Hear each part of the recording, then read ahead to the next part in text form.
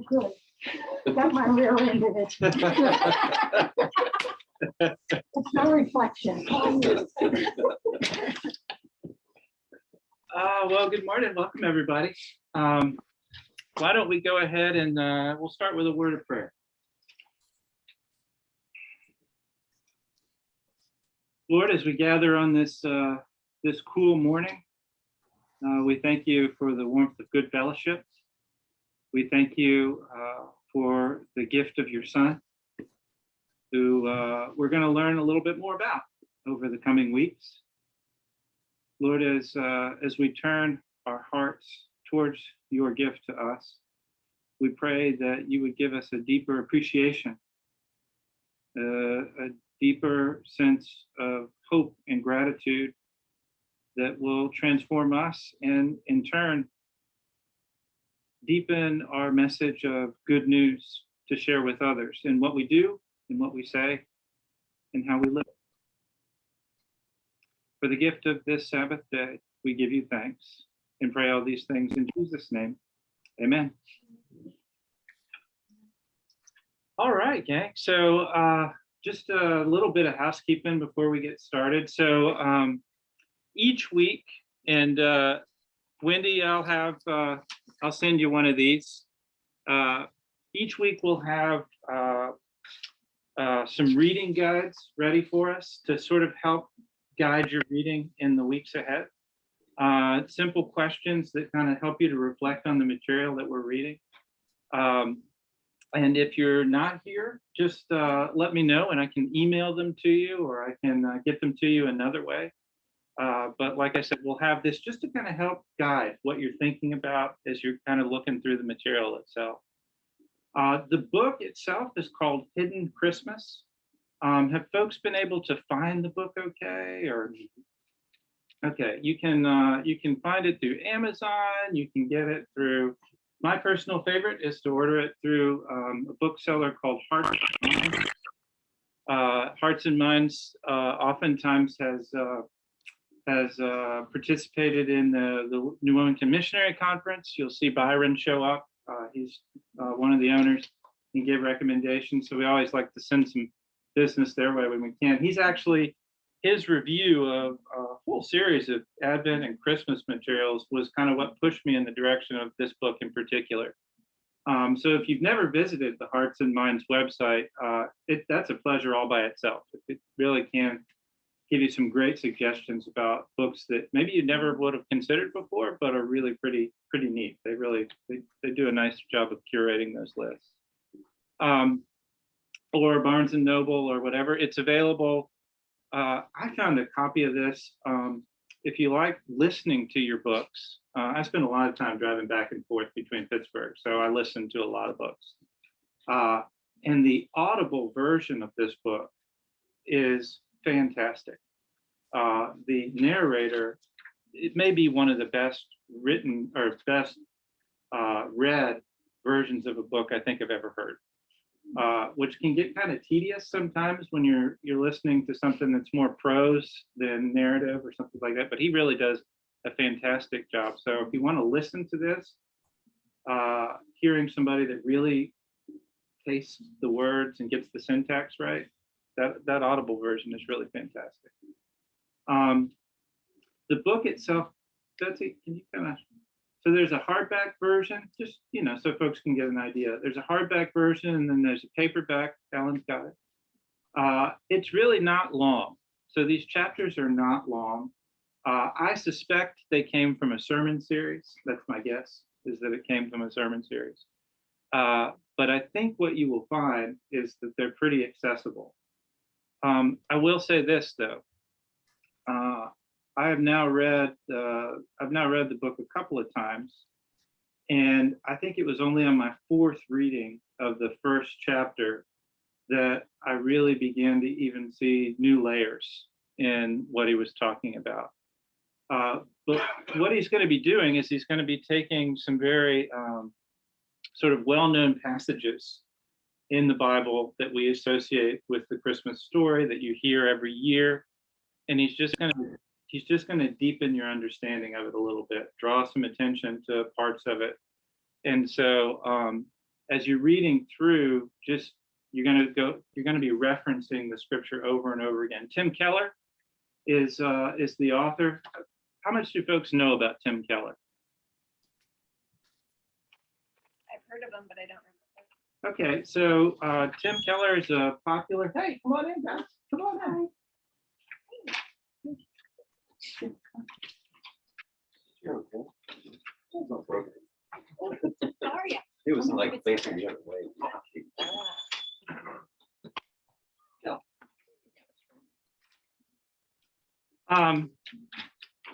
Yes, Dave, thank you.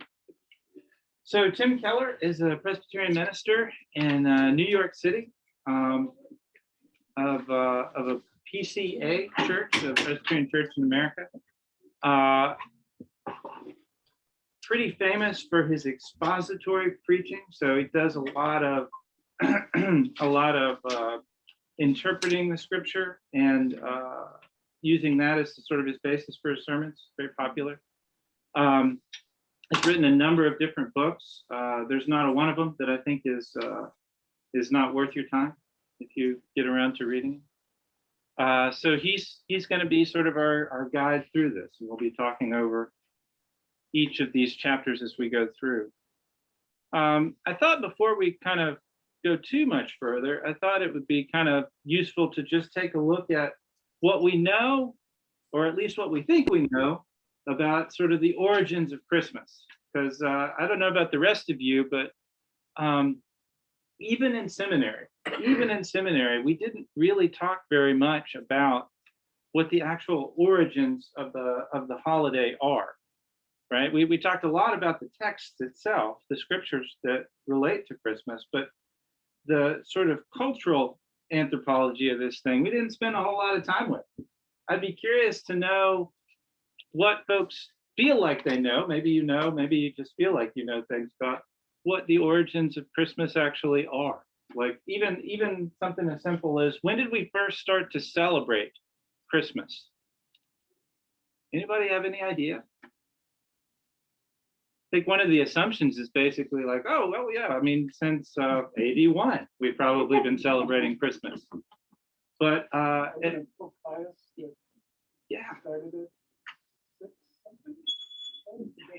So it turns out, yeah, come on in.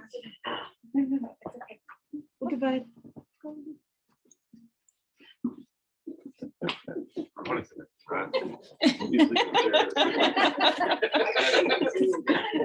Everybody has to sit in that chair at least once, so I'm just saying it personally.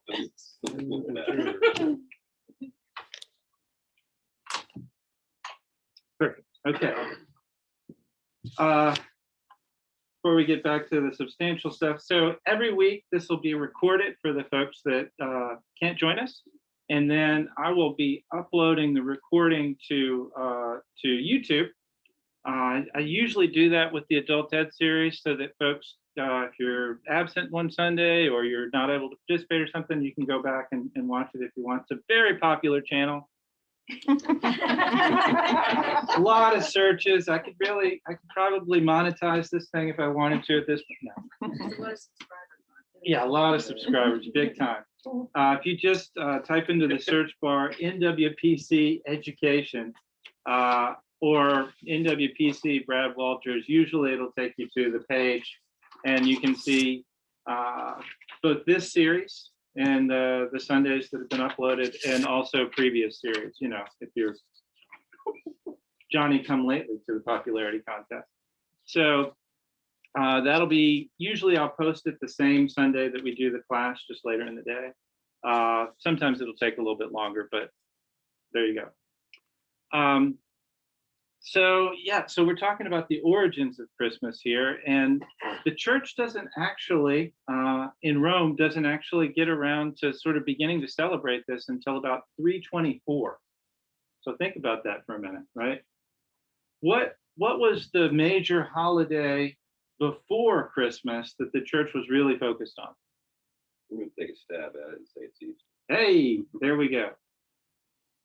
Thank goodness for Presbyterian ministers to sort of walk us through these sorts of things.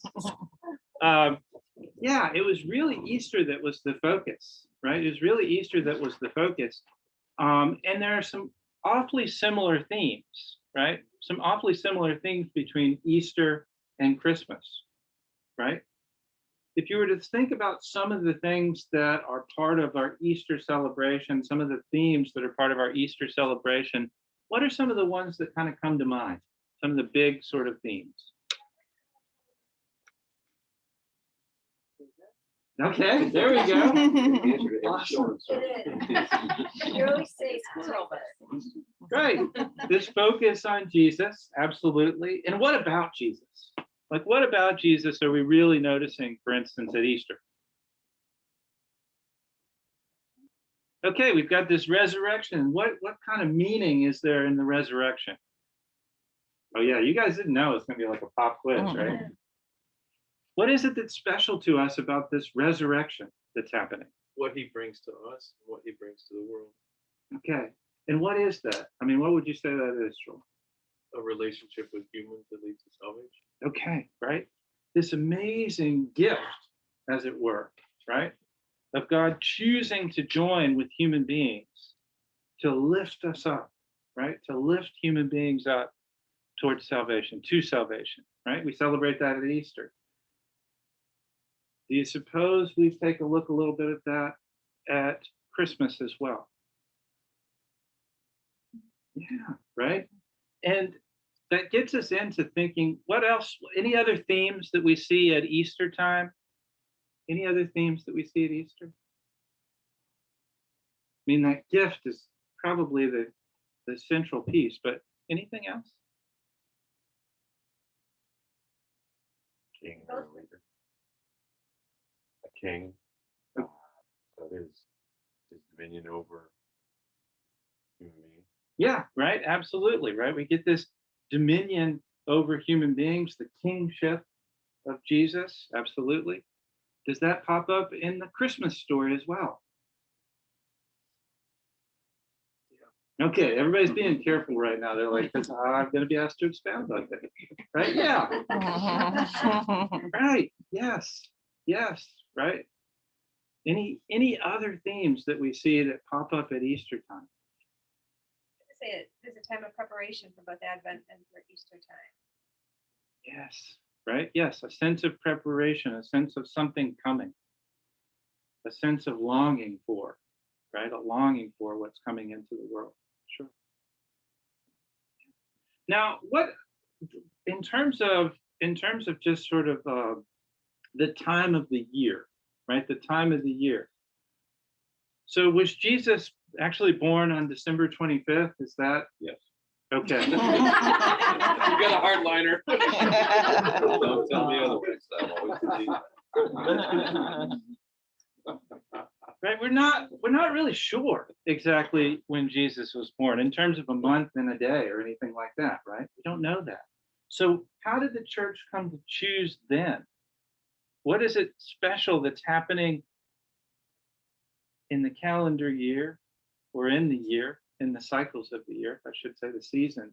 What special is happening around this end of December time? Bingo, right? The solstice. What's going on with the solstice? What changes with the solstice?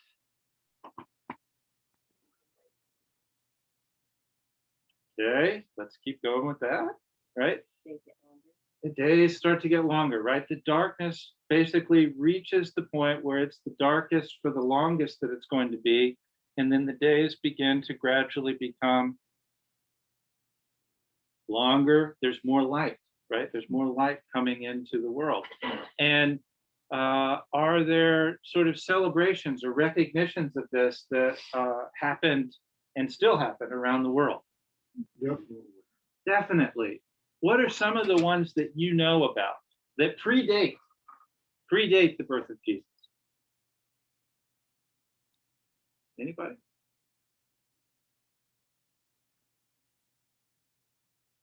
How about from sort of Scandinavia, the Norse people, right? The Norse people celebrate Yule, right? Yule, and Yule is coming at the time of the solstice and men and boys go out and find the biggest log that they can find. And then they bring it back and they have a big fire with this log. Does anybody know about this stuff or no? Okay. Sounds like a terrible idea. So they have this big fire with this big log, and it's to celebrate the sort of re-emergence of the sun coming back into the world, right? This bright light that brings life into the world. And one of the kind of fun things to know about this is when they're having this celebration, every spark that flies off the Yule log, is, they say, well, we can anticipate that means that we're going to be gifted with a new pig or a new cow. That's so you want a really sparky log, basically, I guess. And how long does it take typically for these Yule logs to burn? Anybody want to guess? It's like the log at the end of Orchard Terrace has been burning for a month and a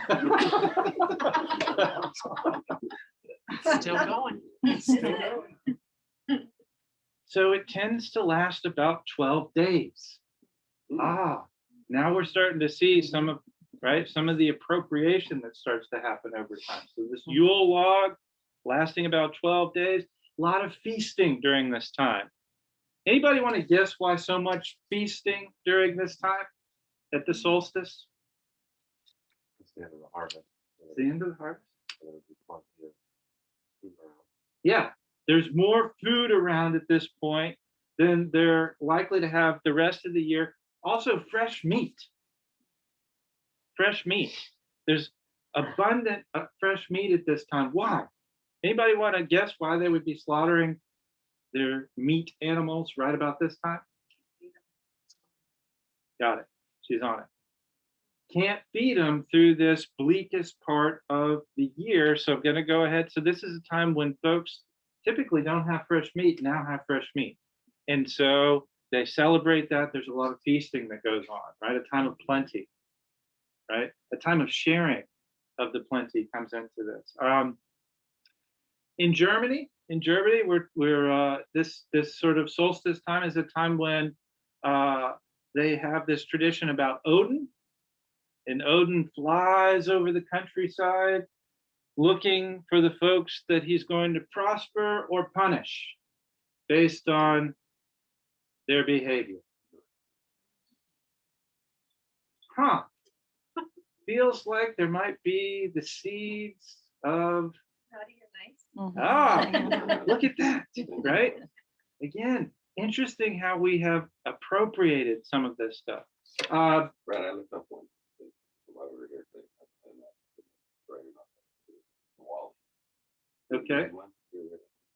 The holiday or the celebration of Diwali? It's Indian celebration of lights, but it's the same thing. I didn't. Yes. Yeah.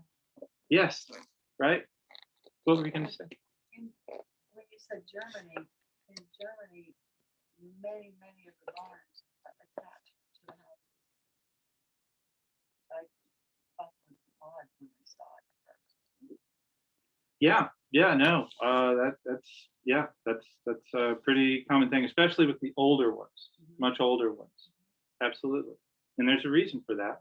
Very similar reason to the way that Ken Bailey, well, if you ever had a chance to hear Ken sort of give his explanation of what it looks like to stay in one of those houses, similar reasons in Germany as in the Middle East. They do that in Maine too. I don't want to show off topic, but that's the same thing in Maine.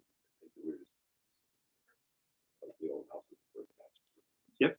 Yep, and same reason, absolutely same reason, right? Got to keep them close or they'll disappear on you. The animals, the livestock. What's that? Well, they do that too. So what about in Turkey? We also have some origins of some of our Christmas mythology that comes out of Turkey.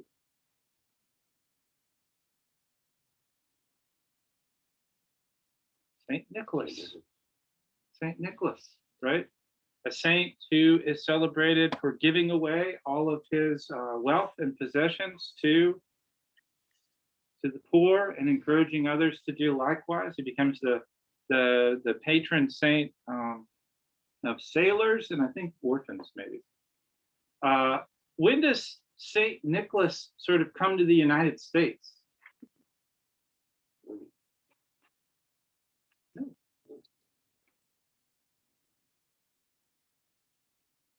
So it's the Dutch who bring Saint Nicholas and the celebration of Saint Nicholas to the States, and then that gets sort of shifted and incorporated. Well, we'll get to that at some point.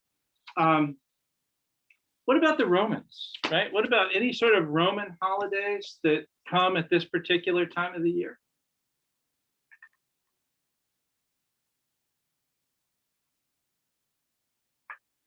Saturnalia comes at this particular time of the year. So this is the celebration of the Roman god.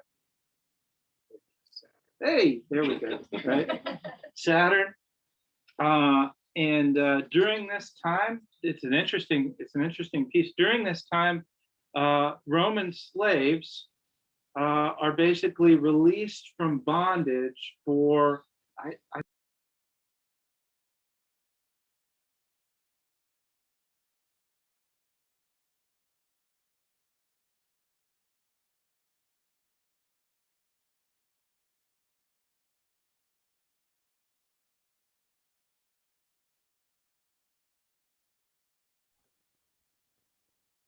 Okay, we're back, Wendy. Sorry about that. I don't know. Sitting very, very still. Yeah. Okay, we'll hope for the best. So let's see. So Saturnalia, basically, you have this moment where the folks that are on the very bottom are now lifted, elevated to be peers or equals, at least for a week, if not the month that you're celebrating Saturnalia. There's also a tradition of sharing food and drink. So the wealthy share.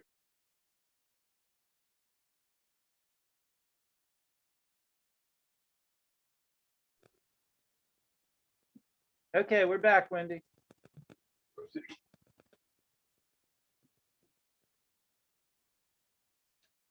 So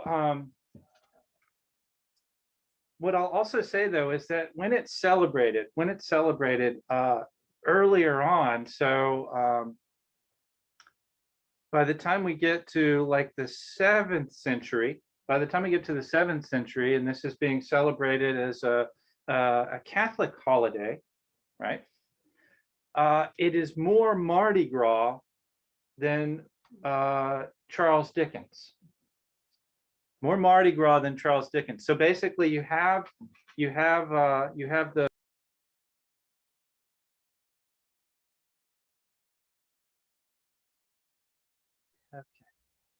So Cromwell outlaws it altogether, and then by the time that we have colonies in the United States, the Puritans go one better. They not only outlaw it, but they begin to, so for instance, in Boston for about 40 years in the 1600s, you see people being fined or even sometimes imprisoned for showing any Christmas cheer. Or in New York, the first official sort of creation of a constabulary in the city is created out of response to Christmas riots. Christmas riots. That's how you end up with a NYPD, is in response to these. So they look very different.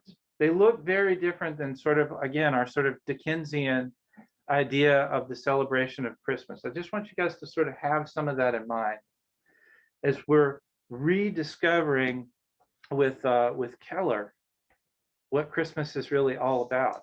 And sometimes I think we just assume that it's always looked this way, and it has not at all. And much of it we have borrowed these traditions from things that went on long before the birth of Jesus. Does that change the meaning, though? All these cultures and their their recognition of the need for light, their recognition for, right, some sort of divine favor to sustain them. Is that any less true? No, absolutely not. In the United States, interestingly enough, Christmas doesn't actually become an officially recognized holiday, federal holiday, until when?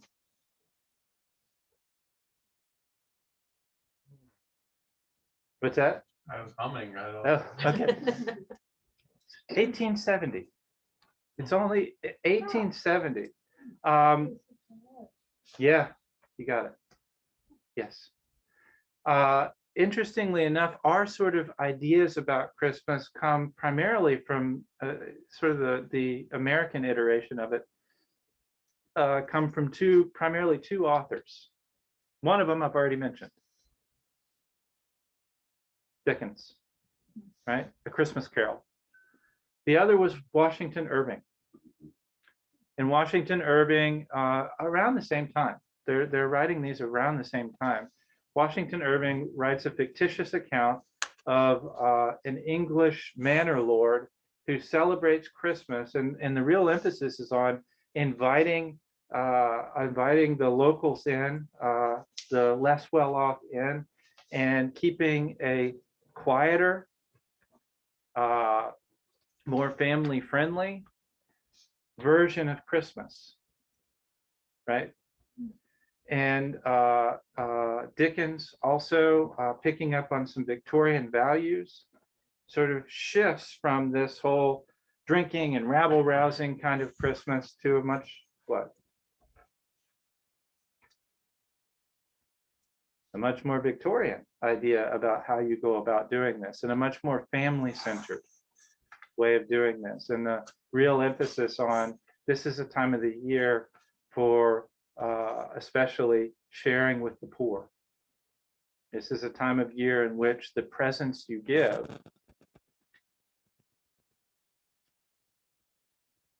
is love and generosity, and not just stuff, but presence, like real presence with, relationships with become important. And that's where this more modern iteration of Christmas sort of comes from, the way that we celebrate the holiday. I think the way we celebrate it here is not the way they celebrate the rest of the world. Right. In Egypt, it's still a low-key holiday. You don't even know Christmas is happening when it happens. And then you come, because several years ago, I took a trip to Egypt that Ken was going to lead with me, and then Ken had to bow out. But what I was really surprised by was we arrived there on Orthodox Christmas, and there was nothing going on. And you had no concept whatsoever. And that could be because it's such a Muslim culture, but even in the Orthodox churches or in the other churches that we visited, there were no, in our mind, Christmas trees, or there wasn't a lot of anything that told you that's what was going on. Sure. If you listen to the scriptures, you knew they were the same scriptures we were studying or preaching off of, but it was different culture. Yeah, absolutely. And I would say too, like in Sudan and Uganda, the places where I work, it's not Christmas trees and presents. It's a lot of church services and outreach to the community. Okay. What about others? Have others seen this in other parts of the world, or even other parts of the country? Sometimes look a little different. It's interesting that in some parts of our own country, there are things that are celebrated more than Christmas. If you've ever been to Alaska in the summer solstice, they celebrate there like I couldn't believe. And it's as big a celebration as we have at Christmas. It's nothing to do with Christmas. Okay, yeah. Yeah. So I just want to make sure we're good on time. Okay, so so Keller is going to sort of, again, like I said, walk us into some of the key passages that we tend to look at around Christmas. And the very first thing that he's going to do in these very first chapters is he's going to take a look at the gift that is given, right? The gift that is given. What is this gift that is given? What is its significance for us? And then he's going to unpack over the following weeks sort of what is the significance of the gift? What is our response to that gift? Does that make sense? Okay. In this very first chapter, where he's talking about the darkness of the world. He says, this is a passage, he says, years ago, I read an ad in the New York Times that said, the meaning of Christmas is that love will triumph and that we will be able to put together a world of unity and peace. In other words, we have the light within us. And so we are the ones who can dispel the darkness of the world. We can overcome poverty. We can overcome injustice, violence, and evil. If we work together, we can create a world of unity and peace. So one of the questions is that the prevailing opinion today? That if we work together, we can create a world of unity and peace? What do folks think? Sounds like what you hear on the news every day. Okay. Which news are you listening to? They're all the same. Right? What is it that makes us sort of, I'm not sure about that statement. What is it that causes some pause in us if we read that? Or does it?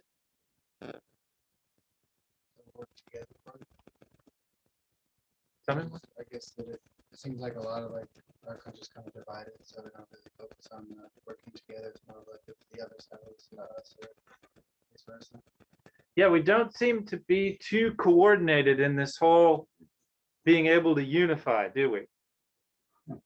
We don't seem to be able to pull that off very well, I right? think not just within the country, but China, I don't think our relationship with them would be described as collaborative effort, or any other country. Yeah. They're very divided.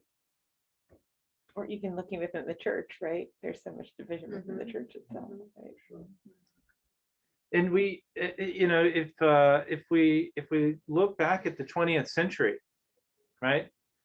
Early in the 20th century, just thinking sort of, again, doing some cultural anthropology here, right? Earlier in the 20th century, there was a real strong idea and a real strong hope that our advances in technology, our advances in philosophy would basically take us to a place where we would reach a higher level of enlightenment, where the world would sort of be able to work together to solve all the problems in the world, because we can see some of these technological problems that we're doing a fantastic job with at that time, right? Some innovations that were amazing, truly amazing. And yet, what put a dent in that? Hegel says Germany showed a really good job of doing that. With all the science they use and what it brought about with the Holocaust. Exactly, right? We get World War I, we get World War II, we get a series of global conflicts that really put a dent in this idea that somehow all humanity is going to reach this plane of higher enlightenment, and we're going to solve all of these things that have plagued us for so long. There's a real skepticism about that. And I'm not sure that that has changed, right? I fully believe that's a lovely idea, but I think in reality, in practice, we don't encounter that, right? It stays an ideal. What is it that keeps this from being realized for us? Why can't we just get it together?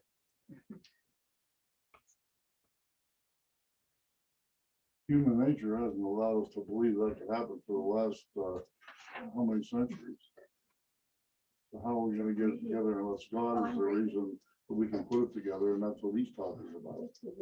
If you have God involved with Oh, this, agreed. then everything changes.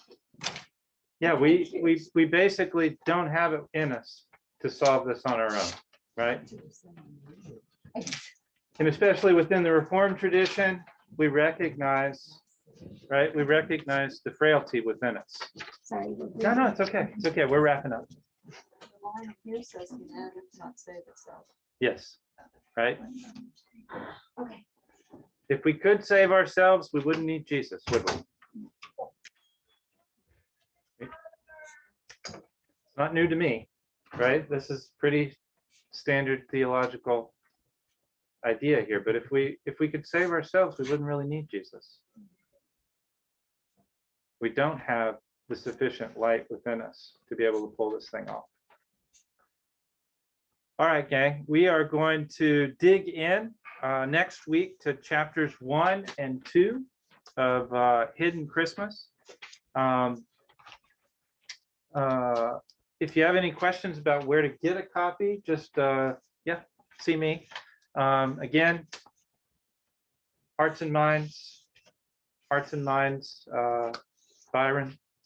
store in Central PA. Great place to go for these. But if you need it a little bit sooner, you can get it on Kindle, you can get it on Audible, you can get it through Amazon.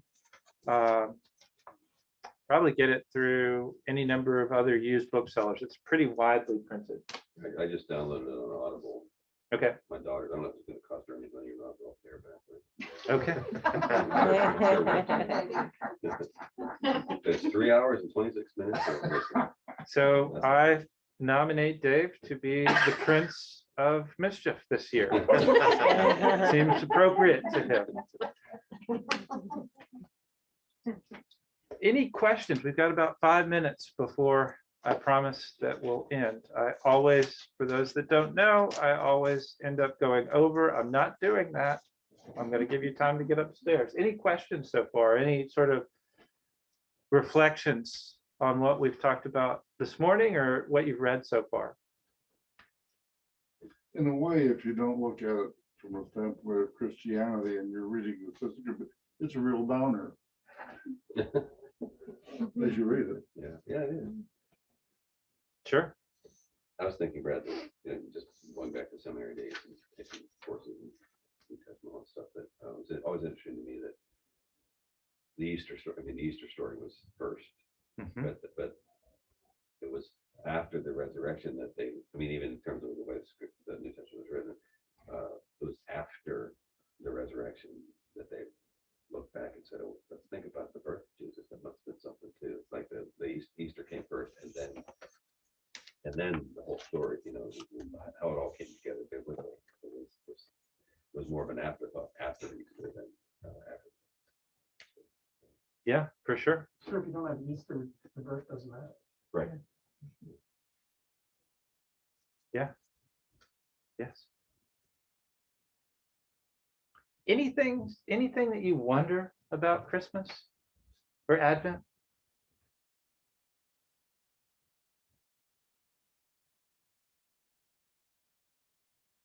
Actually, I would say that you've caused me to wonder a lot about it. Okay. Just the historical nature of what you brought to the table, these different stories all blending together. I guess I never really questioned what brought us to this place. So that's interesting to consider and to look at. Yeah. Yeah, I don't think that I'd ever really put together. Interestingly enough, it was Ken Follett. Am I saying his last name right? Ken Follett, Pillars of the Earth. If folks read these, Yes, Ken Follett has been more acclaimed as a sort of spy thriller writer, but then he turned his gaze towards historical novels, and he's written a series about England, primarily about England, but it covers in medieval England. In the process of telling these epic sort of stories. Have folks read any of these, like Pillars of the Earth and stuff like? Great stories, really great stories. Pillars of the Earth sort of tells the stories of the rise of architecture and the Gothic cathedrals, that movement, but it tells it through the perspective of lots of different characters and different strata of society. And it shows you what's going on within society that's leading to these sorts of things, right? This sorts of architecture and technology and the change that's going on in society that goes along with that. It does a fantastic job. But one of the things that he does is he really focuses on the role of the church, really focuses on the role of the church. And you get to see a lot of different celebrations of holidays that I don't even know that we even think about, but were central to the celebration of Christianity in Europe for a long, long time, or Western Europe anyway. And so you get to see celebrations like Michaelmas, right? Michaelmas, when we talk about summer solstice, and Christmas, and the emphasis of light. And he does a really nice job of describing like what it would have looked like, what it would have felt like, and the much more rowdy sort of celebration than what we're used to, right? We very much are inheritors of this more Puritan, more Victorian, Norman Rockwell sort of an idea about this. Not so much. For much of the history of the church, it hadn't looked like that. And I think of it, the lowest on the totem pole were the first to come and see Jesus. Yes. And that's part of what the some of the celebration tries to recapture, right? With the giving food and good beverage from the folks that have that to give, right? Reflecting the gift that's been given from above. Coming to the least, right? We don't always remember that. I bet you don't look at Christmas carolers the same way after this. They used to look more like trick-or-treaters. All right, gang. Well, we'll be back next week at 9:30, and we'll be talking about chapters 1 and 2.